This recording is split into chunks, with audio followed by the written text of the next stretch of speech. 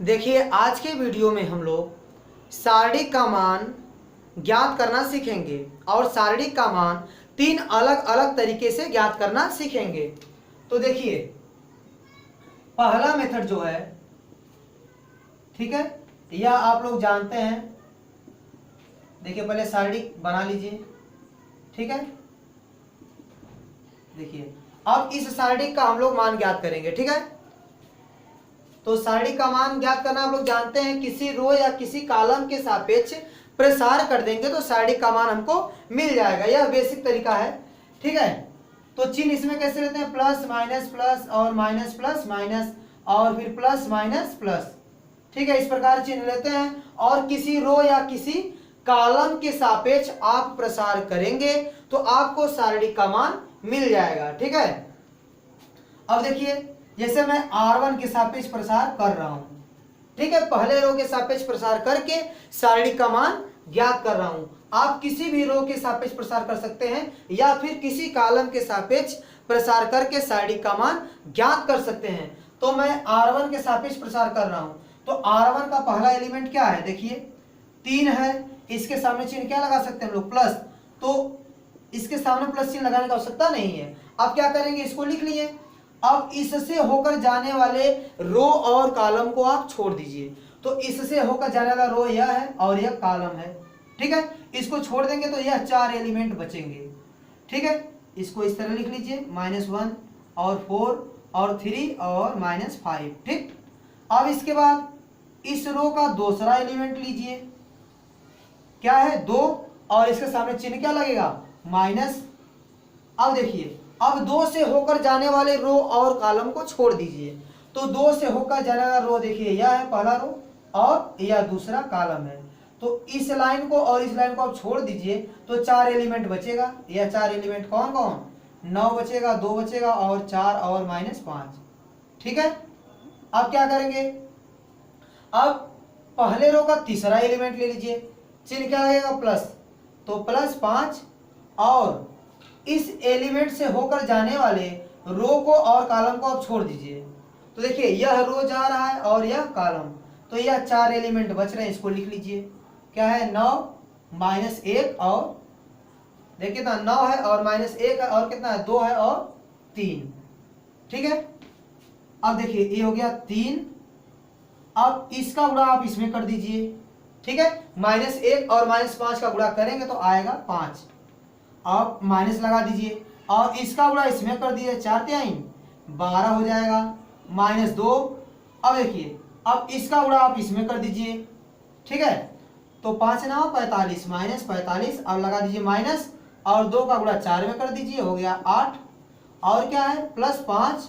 अब इसका गुणा इसमें कर दीजिए, 3 × 9 27 माइनस। अब इसका गुणा इसमें कीजिए, आएगा आपका -2 और माइनस का गुणा माइनस में होगा तो क्या जाएगा +2। तो आप लिख दीजिए क्या, +2। अब देखिए यहाँ कितना आएगा 3 और कितना आएगा -7, ठीक है। इसको हल करेंगे कितना आएगा -7 और -2। अब इन दोनों को जोड़ दीजिए, कितना हो गया -53 और +5 और इन दोनों को जोड़ दीजिए, हो गया 29।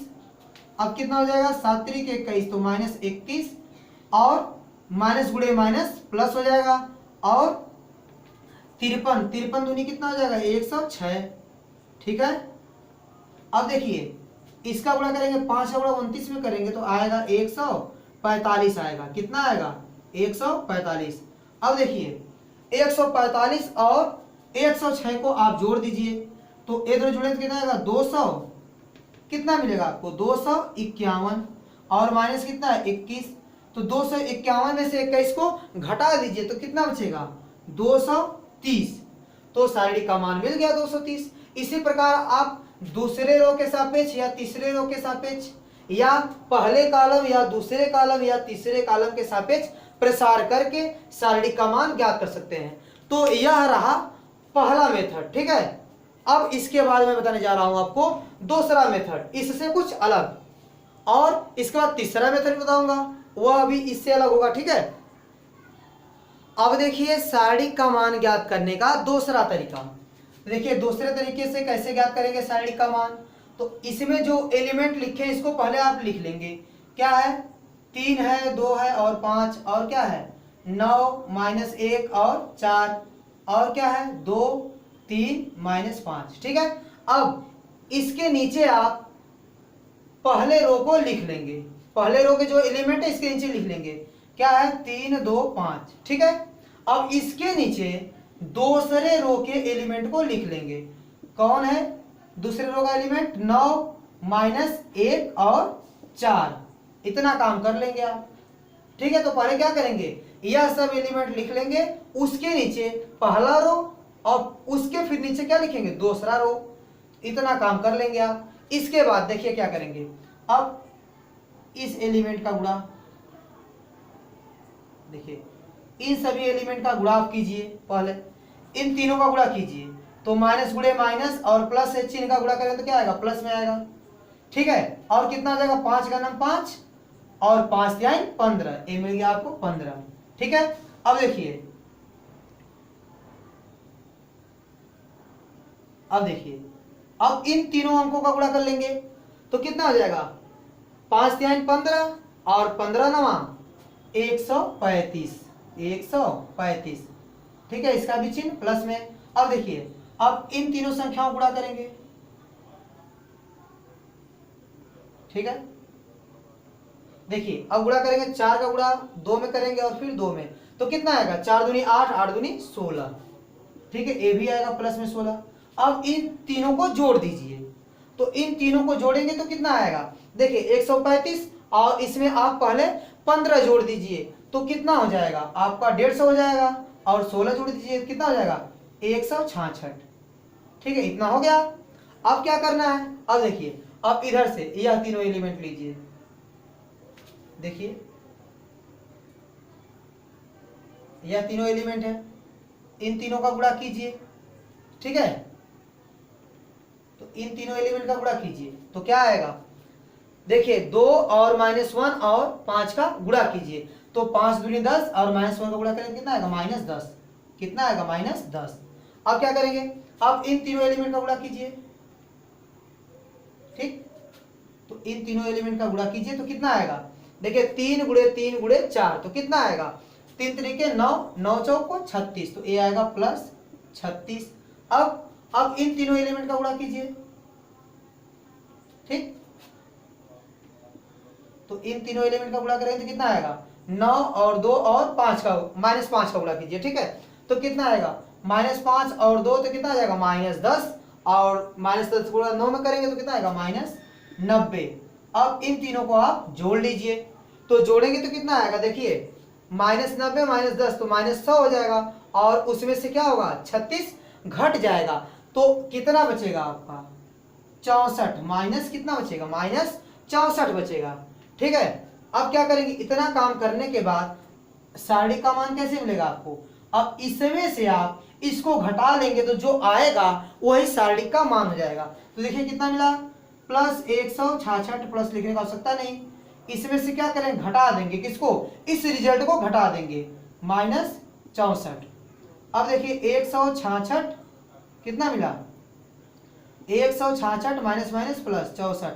अब इसको आप जोड़ दीजिए, इसको आप जोड़ेंगे तो मिलेगा 230। देखिए सारणी का मान ज्ञात हो गया।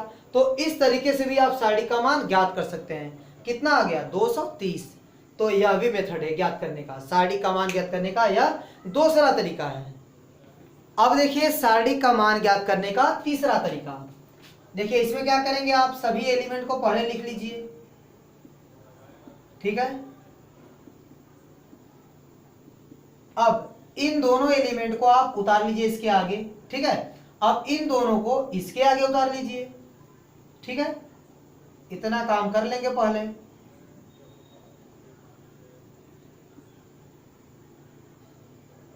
देखिए अब क्या करेंगे, अब इस एलिमेंट को लिखेंगे सारणी का मान ज्ञात करने के लिए। पहले आप इस एलिमेंट को लिखिए, तो ये वाली लाइन छोड़ दीजिए, इसके बाद जो दो लाइन है इसको क्लास में गुणा कर देंगे। ठीक है, तो ये कितना हो गया, 3 गुणे, इसका गुणा आप इसमें कर दीजिए, -1 में -5 का गुणा कर दीजिए तो कितना आएगा, 5 मिलेगा, और 3 का गुणा 4 में कर दीजिए, आ गया आपका 12, और बीच में क्या लग जाएगा, माइनस। इसके बाद आप लिखिए +2। ठीक है, चिन्ह हमेशा क्या रहेगा, प्लस का लगेगा। ठीक है, जो भी एलिमेंट लिखेंगे, तीनों लिखेंगे, सबके सामने चिन्ह क्या लगेगा, प्लस। तो प्लस 2 गुणे क्या होगा, इस लाइन को आप छोड़िए, ये 2 लाइन बच रही है। ठीक है, तो इसका गुणा आप इसमें कर दीजिए पहले, तो 4 दूनी 8, और इसका गुणा आप इसमें कर दीजिए, 9 बचे 45, लेकिन यहाँ चिन्ह क्या है, माइनस, तो आएगा -45। अब क्या करेंगे, अब बीच में लगा देंगे माइनस। ठीक है, इतना हो गया। अब क्या करेंगे, प्लस, अब तीसरा एलिमेंट लिख दीजिए 5। अब देखिए इसके नीचे जो लाइन उसको छोड़ दीजिए, यह 2 लाइन बच रही ना। अब देखिए इसका गुणा आप इसमें कर दीजिए, तो कितना आएगा, 9 त्रिक 27, और 2 का गुणा -1 में कर दीजिए, तो आएगा -2। ठीक है, कितना आएगा, -2, और बीच में चिन्ह क्या लगेगा, माइनस का, तो माइनस का चिन्ह लगा दीजिए। अब देखिए कितना मिलता है, 3 और 5 -12, तो आएगा -7, और प्लस 2। अब देखिए 8 माइनस गुणे माइनस तो हो जाएगा प्लस, ये हो गया 45, और प्लस 5, अब कितना हो गया, 27, माइनस माइनस क्या हो गया, प्लस, ये हो गया 2। अब देखिए कितना हो जाएगा, 7 त्रिके 21, तो -21, और प्लस 2, 2 गुणे कितना हो जाएगा, आप 45 और 8 को जोड़ दीजिए, आ गया आपका 53, और प्लस 5, और इन दोनों को जोड़ दीजिए, आ जाएगा आपका 29, ये हो गया -21, प्लस 53 दूनी 106, प्लस 5 गुणे 29 कर दीजिए, तो आएगा आपका 145। अब ये हो गया -21 प्लस 106, और 145 को आप जोड़ दीजिए, तो आएगा 151 आएगा। ठीक है, अब 151 में से घट जाएगा क्योंकि यह प्लस है और यह माइनस, तो आएगा आपका 230। ठीक है, तो इस प्रकार सारणी का मान ज्ञात हो गया। तो मैं आपको 3 तरीके से सारणी का मान ज्ञात करना सिखा दिया। तो आप इन 3 तरीके से जो बताया गया है, इन तीनों तरीके से आप सारणी का मान ज्ञात कर सकते हैं। ठीक है।